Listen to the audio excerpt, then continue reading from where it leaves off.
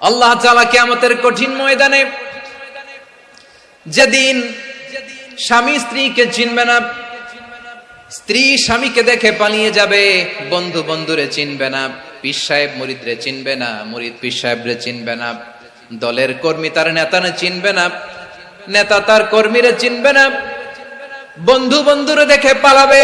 কঠিন মুহূর্তে সূর্যটা মাথার কাছে চলে আসবে, জমিনটা তামার জমিন হবে, আজকের জমিনের মতো নয়।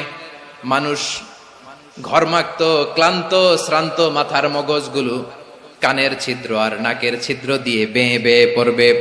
বিশ্বনবী ফরমান, ময়দানে 7 শ্রেণীর ব্যক্তিকে রব্বুল আলামিন তার আরশের নিচে ছায়া দিবেন। তার মধ্যে প্রথম শ্রেণীর ব্যক্তি হলো ইমামুন আদিল। ইমামুন আদিল, ন্যায়পরায়ণ শাসক, যে ইনসাফের সাথে